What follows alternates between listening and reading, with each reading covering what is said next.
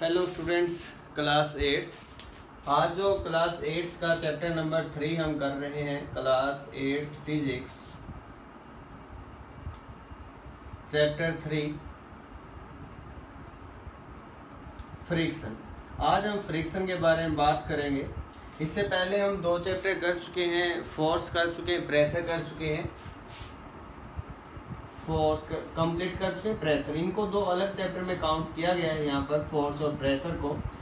और सिंपल अगर board level book हम देखें तो उसमें दोनों एक ही चैप्टर है। ठीक है, हमने चैप्टर नंबर 1 फोर्स कंप्लीट कर लिया है। इसके एक्सरसाइज न्यूमेरिकल हमने कर लिए हैं। प्रेशर हम कंप्लीट कर चुके हैं प्रीवियस लेक्चर में।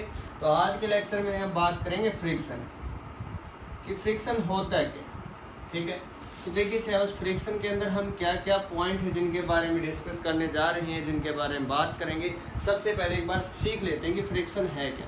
तो फ्रिक्शन जो है, इसके बारे में हम सबसे पहले तो जानेंगे फ्रिक्शन की जो डेफिनेशन है वो, कि फ्रिक्शन होता क्या है सर, किसको बोलते हैं फ्रिक्शन। हमें तो नहीं पता क्या होता है, कौन सा फोर्स है, किस टाइप से होगा। सबसे पहले इसके डेफिनेशन के बारे में हम बात करें। ठीक है, कि फ्रिक्शन होगा क्या।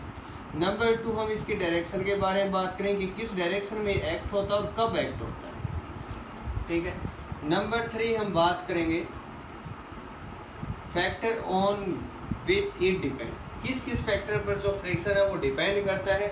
इसके बारे में बात करेंगे हम, किस किस फैक्टर पर डिपेंड करता है। नंबर 4 हम बात करेंगे फ्रिक्शन को सेल्फ एडजस्टिंग फोर्स क्यों बोलते हैं, क्या रीज़न है इसको सेल्फ एडजस्टिंग फोर्स बोला जाता है। इम्पोर्टेंट है, कौन से फ्रिक्शन को सेल्फ एडजस्टिंग फ्रिक्शन फोर्स बोलते हैं, उसके बारे में हम बात करेंगे। और एक मोस्ट इम्पोर्टेंट जो है जिसके बारे में हम बात करेंगे, डेफिनेशन हो गया, डायरेक्शन के बारे में बात करेंगे, फैक्टर, सेल्फ एडजस्टिंग फोर्स। उसके बाद हम बात करेंगे नेचर या फिर कॉज ऑफ फ्रिक्शन की, क्या रीज़न है जिसकी वजह से फ्रिक्शन जो है वो अराइज होता है। ये कंसेप्ट कहाँ से आया माइंड में कि फ्रिक्शन नाम का कोई फोर्स होता है या इनविजिबल फोर्स होता है, तो इसके बारे में हम बात करेंगे। तो आइए शाबाश हम स्टार्ट करते हैं बिना किसी देरी के जो हमारा चैप्टर है। सबसे पहले हम बात करते हैं फ्रिक्शन के बारे में कि फ्रिक्शन है क्या। Friction plays very important role in our daily life. Friction plays very important role, very important role. आपको ये सभी नोट करना आपकी फेयर नोटबुक के अंदर। वह plays very important role in our daily life, in our daily life. Without friction, without friction we can not move, और simply we can not write, we cannot write on book और simply board। यहाँ हम लिख नहीं सकते अगर friction यहाँ पर नहीं है। और जो व्हीकल्स हैं वो प्रॉपरली वर्क नहीं करेंगे, ब्रेक्स जो हैं अप्लाई नहीं होंगे अगर फ्रिक्शन नहीं है तब। तो फ्रिक्शन जो है इसका बहुत ज़्यादा इम्पोर्टेंट रोल है। विदाउट फ्रिक्शन कुछ मतलब पॉसिबल नहीं है कि कैसे सब कुछ होगा। तो फ्रिक्शन के बारे में हम पढ़ने जा रहे हैं। तो फ्रिक्शन कहाँ होगा, डेफिनेशन क्या है। तो सबसे पहले हम डेफिनेशन के बारे में बात करते हैं कि सर फ्रिक्शन जो इसकी डेफिनेशन क्या है। देखिए शाबाश, फ्रिक्शन के बारे में बात करते हैं। Friction is basically the invisible force, it is the opposing force, opposing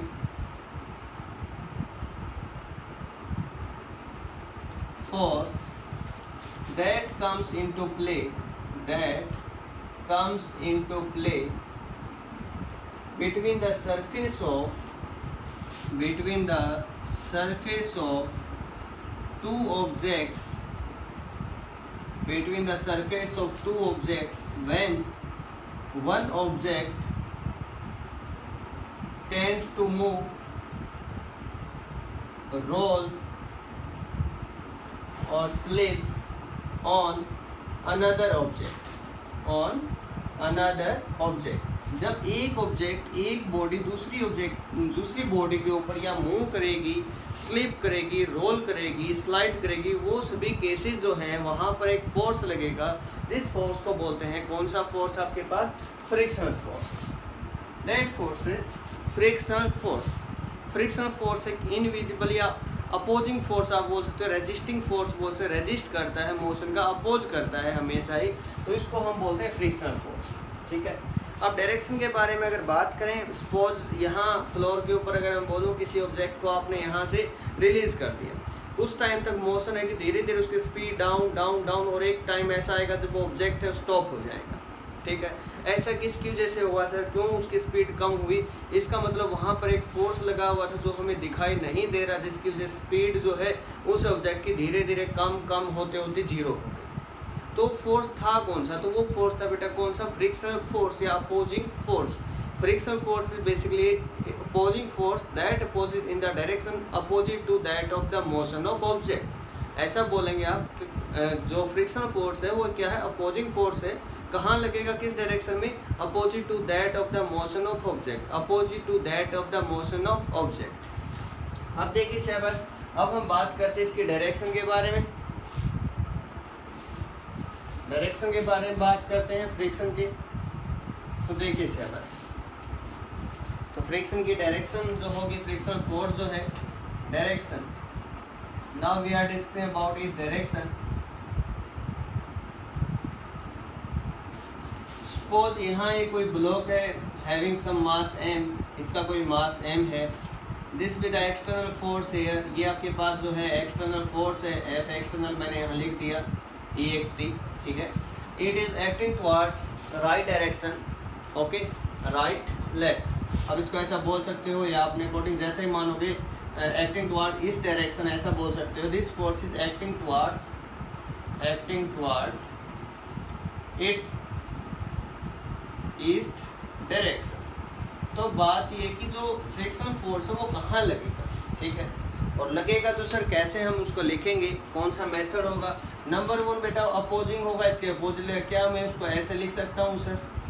frictional force को ऐसे आप उसको नहीं लिख सकते बेटा, आपको यहाँ बनाना उसको। ठीक है, ध्यान रहे, ये क्या समोल से मैंने किसको बनाया? फ्रिक्शनल फोर्स, फ्रिक्शनल फोर्स, या फिर आप इसको बोल सकते हैं अपोजिंग फोर्स, अपोजिंग फोर्स क्योंकि अपोज करता है मोशन का, या फिर इसको बोल सकते हैं आप रेजिस्टिंग फोर्स, रेजिस्ट करता है।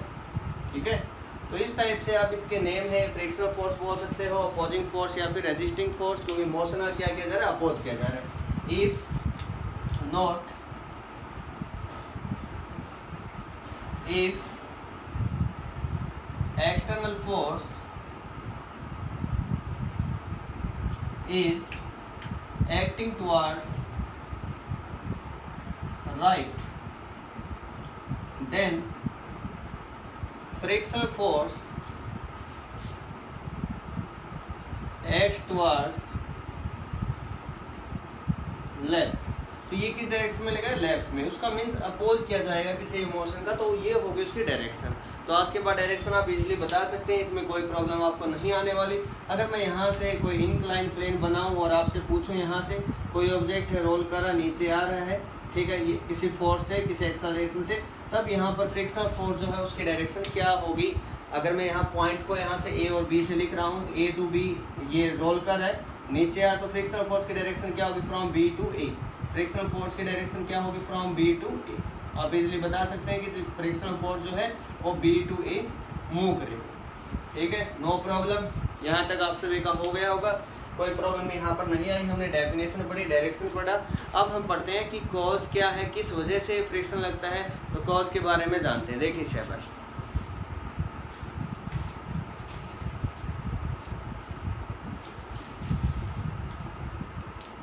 तो हम बात करते हैं कॉज ऑफ फ्रिक्शनल फोर्स कि क्या रीजन है सर जिसकी वजह से ये होता है। Number 1, due to surface roughness. आप ऐसा बोल सकते हो, ड्यू टू सरफेस रफनेस, या फिर interlocking between two surface, interlocking between two surfaces. अब ये कैसे हुआ सर? कोई सरफेस स्मूथ भी हो सकता है ऐसा, और रफ भी हो सकता है, लेकिन जितने भी सरफेस है ना बेटा, अगर आप बहुत बात करें परफेक्टली, कोई सरफेस स्मूथ नहीं है। ठीक है, उसके अंदर इरेगुलरिटी है। अब मैं लिख देता हूँ note, there is no perfectly smooth surface, perfectly smooth surface. There have some irregularities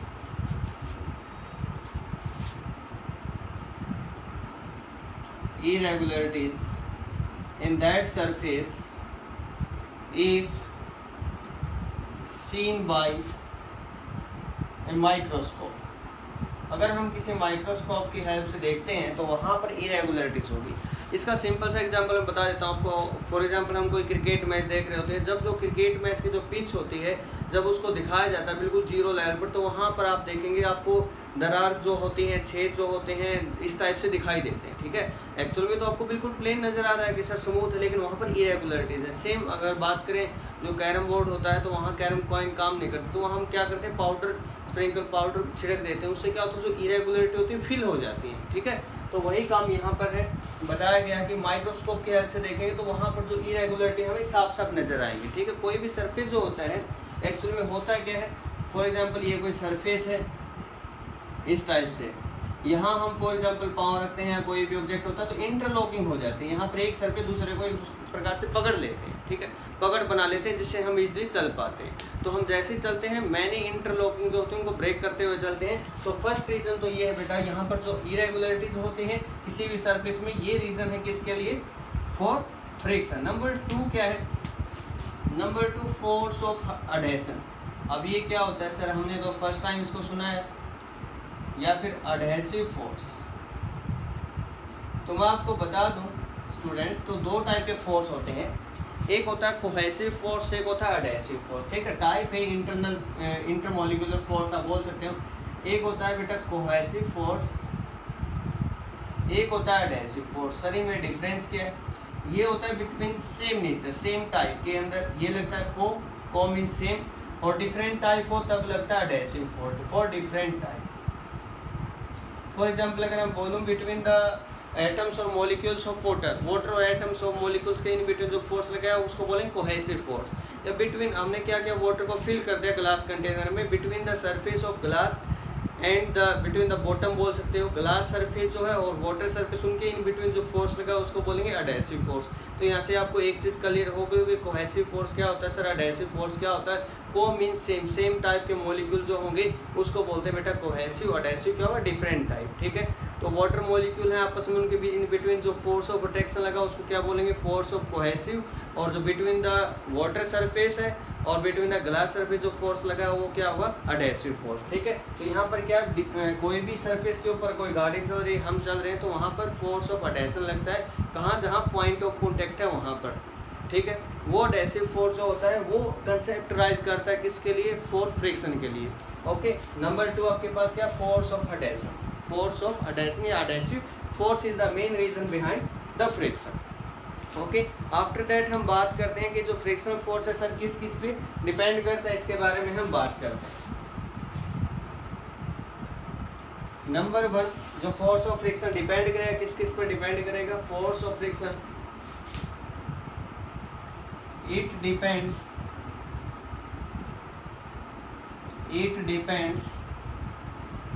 on weight placed on any object, जितना ज़्यादा वेट होगा फोर्स ऑफ फ्रिक्शन उतना ही ज़्यादा होगा, जितना ज़्यादा वेट फोर्स ऑफ फ्रिक्शन उतना ही ज़्यादा। It is independent of area of contact between the two objects, area of contact between the two objects, area of contact उस पर डिपेंड नहीं करेगा, इस बात का आपको ध्यान रखना है।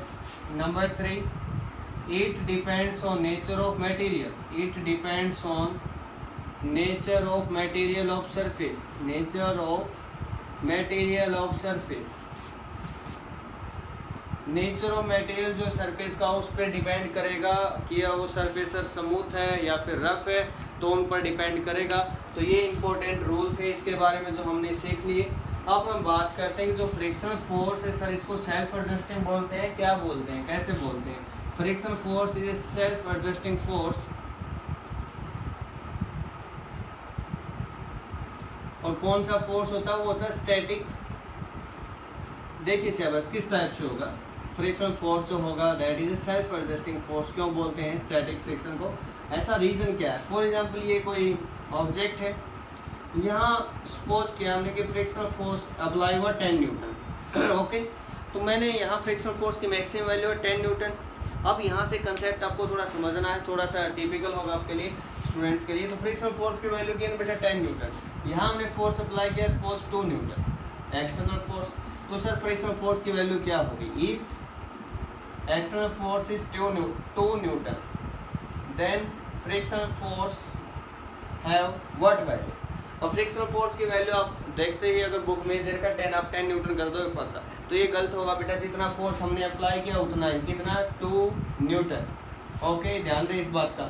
अब मैं बोल दूँ कि सर एफ एक्सटर्नल मेरे पास 8 न्यूटन, अब क्या होगा? अब भी आपके पास एक्सटर्नल फोर्स कितना होगा जितना अप्लाई किया 8 न्यूटन, ठीक है। कब तक? जब तक ये लिमिट क्रॉस नहीं हो जाती। अब मैंने बोला कि सर आपके हमारे पास जो एफ एक्सटर्नल गिवन है पेपर के अंदर 12 न्यूटन। अब बताओ सर एफ एक्सटर्नल कितना होगा, फ्रिक्शनल फोर्स कितना होगा? तो आप यहाँ 12 न्यूटन मत करना, 10 से ज़्यादा इसकी वैल्यू नहीं हो सकती, सरफेस पे डिपेंड करता, तो आप यहाँ पर लिखोगे 10 न्यूटन। बताओ बात समझ में आई या नहीं है? क्लियर हुआ? जितना अगर हम एक्सटर्नल फोर्स लगा ही नहीं रहे 0 न्यूटन, तो फ्रिक्शनल फोर्स कितना है? 0। अगर फ्रिक्शनल फोर्स की मैक्सिमम वैल्यू कितनी है? 100 न्यूटन दे रखी है। हमने 50 न्यूटन अप्लाई किया, फ्रिक्शनल फोर्स कितना लगेगा? 50 न्यूटन। हमने 80 न्यूटन अप्लाई किया तो 80 न्यूटन। मैंने 120 अप्लाई किया, अब 100 न्यूटन। सर मैक्सिमम से ज़्यादा नहीं जा सकता, एक्सीड नहीं करेगी इससे ज़्यादा वैल्यू, ठीक है। तो उम्मीद करता हूँ आपको फ्रिक्शन का कंसेप्ट अच्छे समझ में आया होगा। इसके रिगार्डिंग जो भी न्यूमेरिकल कंसेप्ट बनता है वो आप नोट करें अपनी बुक के अंदर, फेयर नोटबुक के अंदर। Thanks for watching.